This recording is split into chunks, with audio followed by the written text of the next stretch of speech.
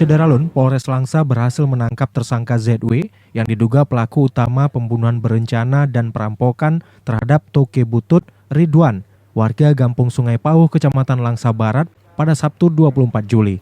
Tersangka ZW 25 tahun bekerja pada korban yang beralamat di Dusun Rukun, Kampung Dalam, Kecamatan Rantau, Aceh Tamiang. Ia ditangkap di rumahnya pada pukul 8 pagi.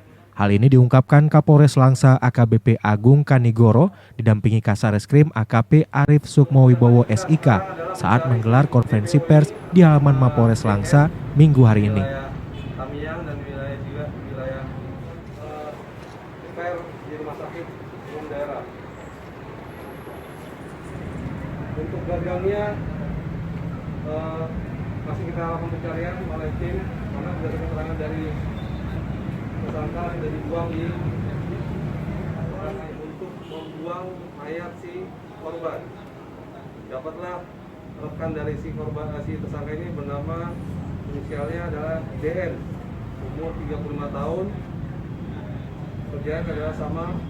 Menurut Kapolres, sebelumnya Selasa 20 Juli, sekira pukul 16 warga menemukan sesosok mayat berjenis kelamin laki-laki di alur sungai Desa Jengki, Kecamatan Perlak Timur, Aceh Timur.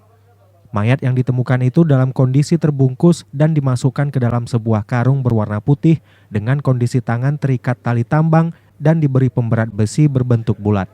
Motif sakit hati atau dendam kepada korban diduga menjadi penyebab tersangka ZW nekat menghabisi korban Ridwan yang tak lain adalah bos atau majikan tempat ia bekerja.